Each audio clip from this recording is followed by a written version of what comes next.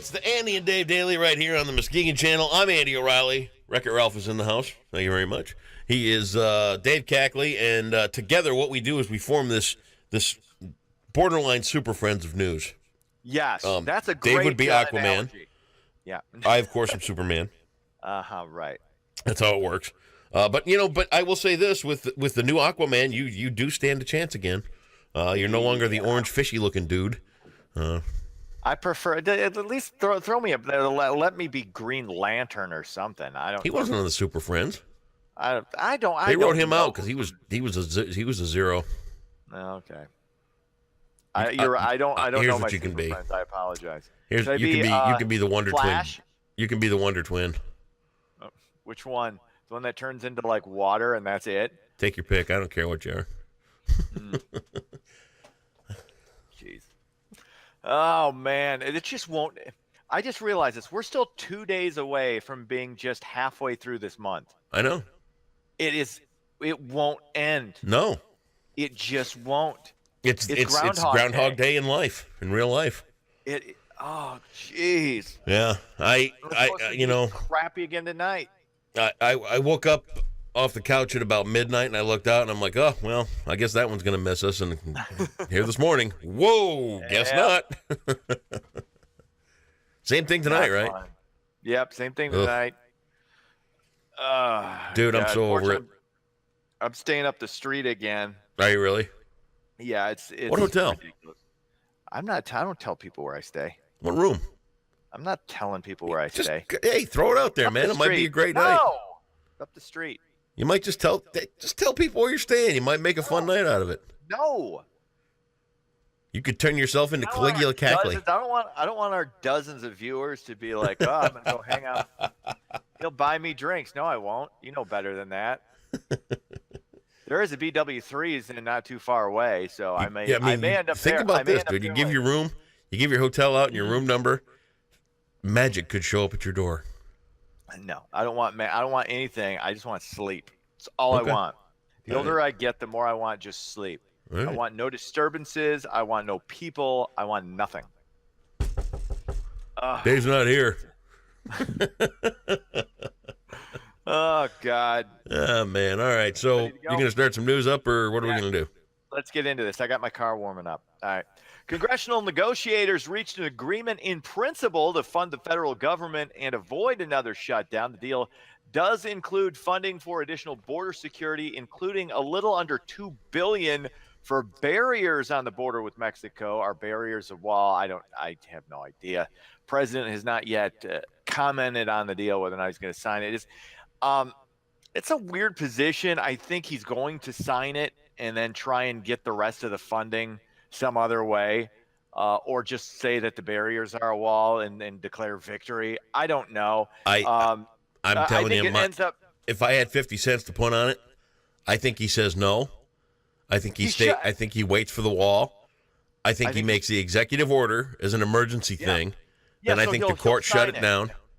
Mm-hmm. And I think Trump declares it a victory, but a non-victory because the courts blocked him. Yeah. That's what I think is going to happen. Actually, I think is a pretty safe assumption because he's going to get some funding for it. He's going to get barriers up, and he's going to call barriers a wall, and then and like I said, the fact that it should be fully funded. All honesty, and I've got no dog in this fight. $5 billion is a drop in the bucket. The fact that we're fighting over this is insane, but it's a win. It's a political win for the Democrats, no question. And speaking of which, I didn't talk about this yesterday because we had other things, but another Democratic hopeful has entered the 2020 race. Senator Amy Klobuchar. I don't know if it's Klobuchar or Klobuchar or Klobuchar. I don't think anybody really knows how to completely pronounce her name. She's from Minnesota. She's announced that she will seek her party's nomination. 58 years old, 3-term senator. Seems really bright, seems moderate. She's kind of like the left's answer to John Kasich. Yeah. You know how everybody, the Democrats pretended they liked him. Republicans are pretending they like her. And she's reasonable. She's smart. She could probably get things done. And she's got zero chance of getting the nomination. And I mean zero. I know. Doesn't have a big personality, is way too reasonable. It's like this. Fringes win on both sides, man. You got to either be on the Trump wing, or if you're on the right, or the Ocasio-Cortez wing on the left, and you got to shout and scream and make noise and get nothing What kills done. me about the whole thing is we know that all these different candidates that want to run and all this other kind of stuff, we know that there's not a snowball's chance in hell, right? Mm. If they run, like I said, she would be a good candidate. If they go Biden and Booker, that's a good. But yeah, you get what I'm saying. There's what are there? How many are there? 20 of them in there now? It feels like 20. All right, so let's say that. The Republicans. Now you got to figure for a presidential run, you're looking at the hundreds of millions of dollars spent on a campaign. Yeah. Okay. 20 of these people or thereabouts or whatever. Think of the money wasted to try and get. Oh, no question, dude. Oh, it's going to be pouring in for any one of these candidates. Appalling. It comes back to big business. It just comes back to who can buy what politician and all. It is so disgustingly wrong. It is just appalling. You've got, and that's the thing is you've got people on both sides trying to buy influence. That's what they do. You got rich people you got people with a lot of money on the right and a lot of money on the left that want, I know, either their cause or their whatever they're doing propped up.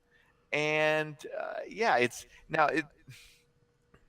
is it time to move beyond two parties? I don't know. I'm not somebody who likes change. What it's time to move past is all this. You can love her or hate her. What's that Cortez chick out from New York? She's off. Oh, God. She's okay, but whatever. But did you see the thing she talked about the other day where she brought up sheet after sheet after sheet where she was making points about, okay, if I wanted to get rich, I could run for thing, but I don't have to spend a nickel of my own money. It can all be every corporation and every special interest group and all this. I can spend all their money, right? Yes, you can. Blah, blah, blah. Did you see that one? No, I was too busy trying to figure out how we're going to get along without flying airplanes. Okay, here's the thing. Or without. Dude, she might be off in the weeds on some things, but this one, she's dead on the money. Off. You can completely pay for a candidate. They never have to spend a nickel. It can come from every direction. Good, soft money, dark money, corporate donations, blah, blah, blah. Then they get elected. Then they go in and they start to manipulate laws to benefit these companies that got them elected. Then they buy stock in these companies. And then they get rich. And then, you see what I'm saying? And then at the end of it, she asks, okay, so all these rules and regulations and everything else, let's talk about this. For me, running for the House of Representatives, this set of rules is this, right? Yes, it is. As I'm running for president, are the rules there the same? No, they're not. They're not. They're even more lax. Right. So, tell me how that's right. You could say it's a freedom of speech. You've got the right to do what you want with your money. So money is speech. Freedom of speech. You could make that argument. I don't necessarily agree with it. I'm saying you can make that argument, but you realize that Ocasio-Cortez is the Trump of the left. She's the Donald Trump of the left. I didn't say I agreed with everything she has to say. I said she's got a very valid point when it comes to the fact that all of this money can come in from every direction. No, that's a good point. Yeah. And at the end of it, these people can manipulate it around and end up being filthy rich because of the way the path they took. And that's not right. That's not how our government was built. But the reason she's saying that, and Trump would do something similar on the right, because that's how it benefits her. She understands. She knows she's playing the game. She knows what to say. She knows how to say it. She is a social media maven. This is why she's got a lot of people Trump's got a lot of people on the right afraid of him. There are Republicans. You're committing political suicide if you go too hard at Trump. And on the left, it's the same thing with this chick. If you go too hard at Ocasio-Cortez, if you call her on her BS, you're gonna get cut down at the knees. Yeah. I'm telling you, there is fear there. And I think people on both sides make the mistake of thinking either Trump or Cortez is dumb. Neither one is dumb. They're both very, very media savvy, and they're very, very. They've got their sycophants who are just gonna, it's amazing to watch. Really, Ocasio-Cortez fascinates me because she's a 29-year-old bartender who doesn't seem to know math that well, but that doesn't make her dumb. I mean, she's gone through. Her and Trump have both, I believe, gone through bankruptcy. I mean, they're both two sides of different coins. I'm simply, and what I'm getting at is you can take this off into the other direction as far as you want, but she's not wrong when it comes to the whole money in politics and campaigning and all this other kind of stuff. Yeah. She's not wrong. It's like I said, the argument is it does become that freedom of like, why can't I've got this, why can't I give to this person? I get the argument against it. My point is I can see both sides of it. She does have a point on that. You are correct. Thank you very much. Next story. All right. Moving on, new cigar lounge in Muskegon expected to reopen this week. I actually did this story specifically for you. Huh? The Humidor on Western Avenue was closed over the weekend due to ventilation issues. It's unclear what day it will reopen this week. Normal hours are 1 to 9 Tuesday through Thursday, noon to midnight Friday and Saturday, 1 to 6 on Sunday. Apparently there's been some stink, literally, surrounding businesses talking about this. They don't like it. They're saying it's in. Because you're a cigar guy. I like them in the summer, yeah. Have you ever have you one been or two to the in the Humidor? winter? Huh? Have you been to the Humidor? I've not been to this. I have a friend of mine, Alan Stiles, who is the fire chief up in Dalton. He's like, dude, you got to come with me. We got to go have a stick. Okay. All right, we'll find time. We'll do it. But because it's one of the few places where you can actually smoke inside. Right. I mean, it's an old. It's like, whoa. It's. I personally I prefer to have a cigar outside. Okay. That's just me. But what's your view of the business itself? I think we outlawed smoking inside businesses, didn't we? But it's a cigar. It's I get it, lounge. but it's a cigar lounge. It's not. It's a legal business. Then I guess I'm neutral. It's well ventilated. If it's legal, then I'm neutral. Whatever. Okay. I pick a side, man. Take a stand. Don't be wishy-washy. I get that all the time. I know. Trying to be a cockeyed diplomat here. You are. All right. Okay. Moving on, sports. Michigan State hits the road. They'll take on Wisconsin tonight. Michigan will host Penn State. This is going to be a race in the Big Ten. We still got 2 games between Michigan and Michigan State to go in the next few weeks. So go blue. It keeps rolling on. That's sports. Go blue. Get out of here. Go blue. Sing it for me, Dave. Hail to the victor. Sparty on, bitches. There we go. You out of here? See ya. See you tomorrow.